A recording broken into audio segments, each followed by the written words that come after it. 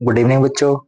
तो आज का हमारा टॉपिक है कि बायोलॉजी में 360 आउट ऑफ 360 हम कैसे लेके आ सकते हैं नीट बायोलॉजी के अंदर। जैसे पता है कि जूलॉजी के अंदर 180 क्वेश्चंस 180 मार्क्स आएंगे और बॉटनी के अंदर भी 180। अगर मैं दोनों की बात करूँ तो 45 क्वेश्चंस होंगे। अब बात ये है कि 360 आउट ऑफ 360 हमें लाने हैं नीट बायोलॉजी के अंदर। तो पॉइंट फर्स्ट क्या बन रहा है इसमें, एनसीईआरटी को प्रॉपरली रीड करना है हमें। अब जो एनसीईआरटी है उसको प्रॉपरली हम रीड करेंगे, ठीक है। इसकी एक सेपरेट वीडियो बना रखी है, ठीक है, वो जाके चेक कर सकते हैं कि एनसीईआरटी जो है उसको हम कैसे रीड कर सकते हैं, ठीक है, या फिर एनसीईआरटी को पढ़ने का तरीका कैसे है। कुछ इस टाइप से मैंने वीडियो बना रखी है। उसके बाद है फिक्स योर टीचर। अपने टीचर को फिक्स कर लो, चाहे तुम ऑनलाइन पढ़ रहे हो या फिर तुम ऑफलाइन पढ़ रहे हो, तो अपने टीचर को फिक्स कर लो। ऐसा नहीं है कि एक टॉपिक किसी अदर टीचर से पढ़ लिया या फिर दूसरा टॉपिक किसी दूसरे टीचर से पढ़ लिया, ठीक है। सेम बॉटनी का और सेम ही जूलॉजी का। उसके बाद है नेक्स्ट पॉइंट है, जो हमें चैप्टर्स की वेटेज है उनको चेक करना है कि जो बॉटनी है उसका जो चैप्टर है वो कितने मार्क्स का आएगा, और सेम जैसे जूलॉजी है उसमें से कितने क्वेश्चंस आएंगे और कितने मार्क्स का वो आएगा। या फिर छोटी सी बात है, मार्क्स में इसलिए बोल रहा हूँ, वैसे तो हमें पता है 4 मार्क्स का एक क्वेश्चन आएगा, लेकिन मान लिया किसी चैप्टर से 2 क्वेश्चन आ रहे हैं तो मैक्सिमम कितने बन रहे हैं इसमें, 8 मार्क्स बन रहे हैं ना। ऐसे किसी से 3 आ रहे हैं तो उसके कितने बन रहे हैं, 12 मार्क्स। तो कुछ इस टाइप से मैं बोल रहा हूँ। अब हमें क्या करना है, जैसे हम लाइन को प्रॉपरली रीड करेंगे तो हमें क्या करना है, वहां से एक असर्शन एंड रीजन जो स्टेटमेंट वाले क्वेश्चन होंगे वो बनाने की कोशिश करनी है, ताकि वो हमारा जो लाइन है ना, ठीक है, जो लाइन लिखी हुई है एनसीईआरटी के अंदर उसका मतलब क्लियर हो जाए, ठीक है, वो क्या कहना चाहता है। और एक बार में तो एनसीईआरटी समझ में नहीं आती है। उसके बाद जो कोचिंग नोट्स होंगे, ठीक है, coaching notes plus NCERT reading दोनों को साथ में लेके चलेंगे। उसमें रीडिंग में क्या करना है, एक तो कॉन्सेप्चुअल क्वेश्चंस देखने हैं हमें और एक डायरेक्ट क्वेश्चंस, ठीक है। डायरेक्ट क्वेश्चंस क्या है, जैसे लाइन में क्वेश्चन बन गया उसी में आंसर होगा।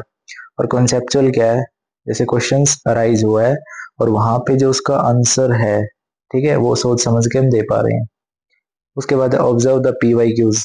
पीवाईक्यूज को हमें हर एक टॉपिक से ऑब्जर्व करके चलना है। मान लिया कोई भी टॉपिक कर रहे हैं, जैसे तुम नर्वस सिस्टम के अंदर कर रहे हो कोई भी टॉपिक, ठीक है, तो उसमें पीवाईक्यूज हमें ऑब्जर्व करने हैं। मान लिया कि 2018 में कैसा आया था, यहाँ से पीवाईक्यूज 19, 20, 21, 22 जो भी है, ठीक है, वहां पे हमें पीवाईक्यूज को चेक करना है कि वहां से जो पीवाईक्यूज बने हुए हैं वो किस लेवल के या फिर किस टाइप से बने हुए हैं।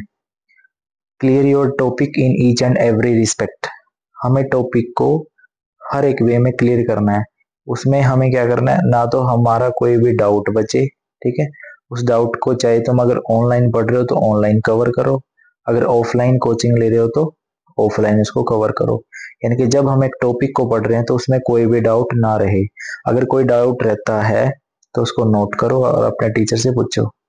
उसके बाद जो डीपीपीज हैं, ठीक है, डेली प्रॉब्लम प्रैक्टिसेस, उसमें क्या है, अब मान लिया 30 to 35 क्वेश्चन प्रैक्टिस कर रहे हो, ठीक है, और उसमें क्या करना है, या फिर अगर डीपीपीज ने कोई अदर बुक्स ले ली हमने, जैसे कि मान लिया एनसीईआरटी एंड फिंगर टिप्स ले ली, ठीक है, एनसीईआरटी की फिंगर टिप्स ले ली तो उसमें भी क्वेश्चन अच्छे दे रखे हैं। तो अगर वो हम ट्राई कर रहे हैं तो उसमें क्या करना है, फोकस करना है कि जो क्वेश्चंस है, क्वेश्चंस कैसे पूछा गया है, ठीक है, या फिर जो हम टॉपिक पढ़ रहे हैं ना, क्या वो जो टॉपिक हमने एनसीईआरटी से पढ़ा है, क्या क्वेश्चन भी कुछ उसी लैंग्वेज में पूछा हुआ है, हमने वो चेक करना है यहाँ पे। फिर क्या करना है, analyse the ways of question. Question पूछने का तरीका कैसा है, डायग्राम बेस्ड क्वेश्चन पूछ रहा है, स्टेटमेंट क्वेश्चन पूछ रहा है। मान लिया एक टॉपिक से, मान लो 2025 में एक क्वेश्चन वो डायग्राम से दे रहा है, तो ये सोच लो कि जो 2026 में आएगा, मान लिया अगर उस टॉपिक से डायग्राम से क्वेश्चन ना आके किसी लाइन से आ रहा है, किसी स्टेटमेंट से आ रहा है, ठीक है, फिर डायरेक्ट क्वेश्चन बन रहा है, तो वो कैसा बन सकता है, वो हमें वहां पे खुद सोचना है। ऐसे डायग्राम, स्टेटमेंट, डायरेक्ट क्वेश्चन या फिर मल्टीपल लाइन से जो भी है क्वेश्चन बन सकता है। मल्टीपल लाइन में मान लिया एक लाइन ये है 2 3, ठीक है, 3 लाइन में से स्टेटमेंट को उठा के कोई भी क्वेश्चन अराइज करवा दिया, वहां पे उसका आंसर पूछ लिया, ठीक है।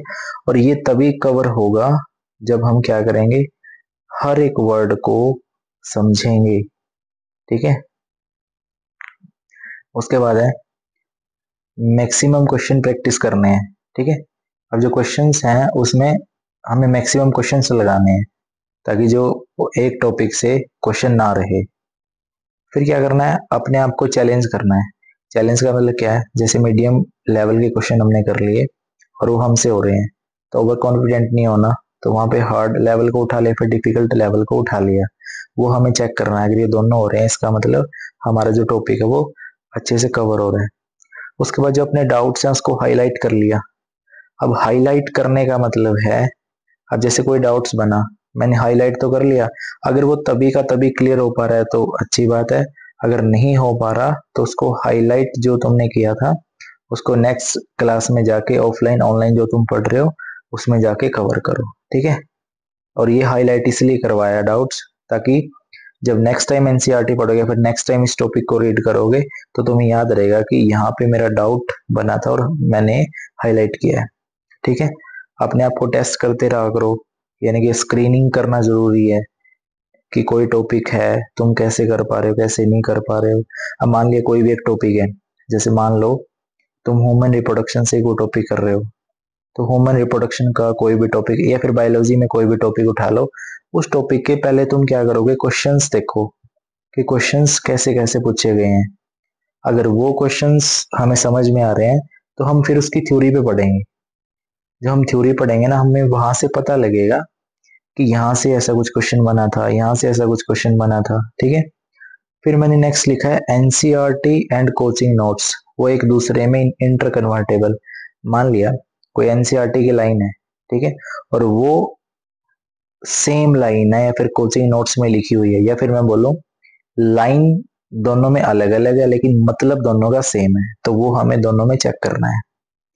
ऑब्जर्व योर चेक पॉइंट्स, जो तुमने खुद के चेक पॉइंट्स बनाए हैं, ठीक है, उसको ऑब्जर्व करना है कि यहाँ से या फिर 2 पॉइंट उठा लिए, इसमें ये वाला डिफरेंस बनेगा, ठीक है, यहाँ से ये क्वेश्चन बन सकता है, यहाँ से ये क्वेश्चन बन सकता है। एनालाइज योर चैप्टर्स लेवल, अब चैप्टर का लेवल तुम्हें एनालाइज करना है। मान लिया जूलॉजी के कोई चैप्टर है या फिर बोटनी के जो चैप्टर हैं, उनको क्या करना है, भाई ये वाला चैप्टर मेरे को अच्छे से आता है, जूलॉजी का मेरे को ये आता है, बोटनी का मेरे को ये आता है, ठीक है, उन लेवल को हमें चेक करना है साथ साथ में। फिर उसके बाद है manage your question speed so as to attempt maximum question.